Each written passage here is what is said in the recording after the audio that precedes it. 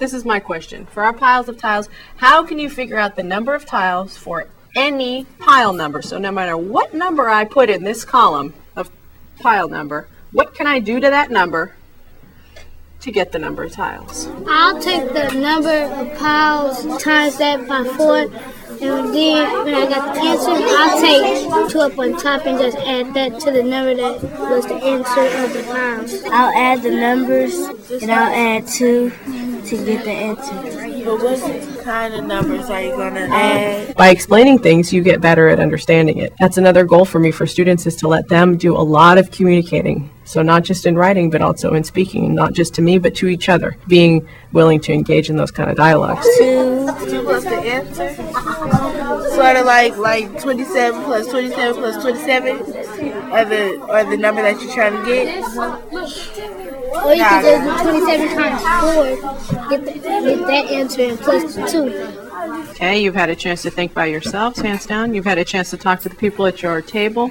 Raise your hand if you'd like to describe how to figure out the number of tiles for any different pile number in the whole world. I think it's times 4 plus 2.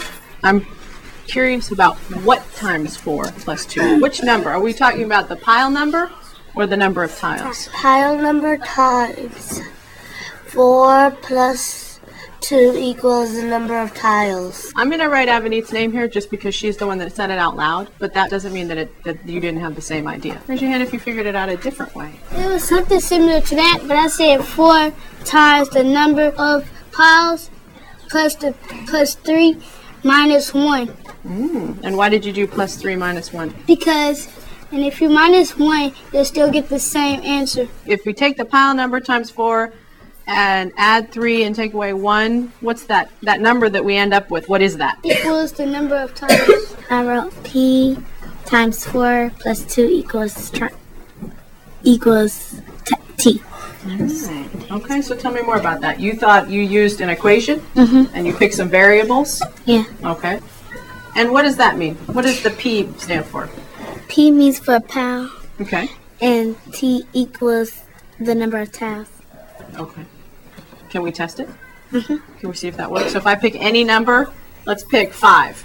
So 5 times 4 is what? 20. Plus 2 is? 22. And is that what we got? Yes. Okay, and I'm going to put parentheses around here. Acacia, why am I putting parentheses around the P Because times we 4? do that first. We do that first. That makes sense, doesn't it? Okay. Can you talk at your tables for a moment and see if you can each figure out what equation you would use to describe how many tiles for any pile number?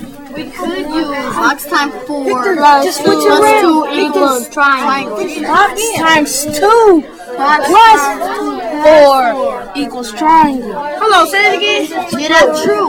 2 times 1. 2 times box. No, but it doesn't equal the same number. Box times 2 plus 4 equals triangle. Somewhere right. 4 times 2 is 8, 9, 10, 11, 12. It doesn't equal the same thing. Where? See, that's 18, and it should be the right way around. It's supposed to be 4. Hold on.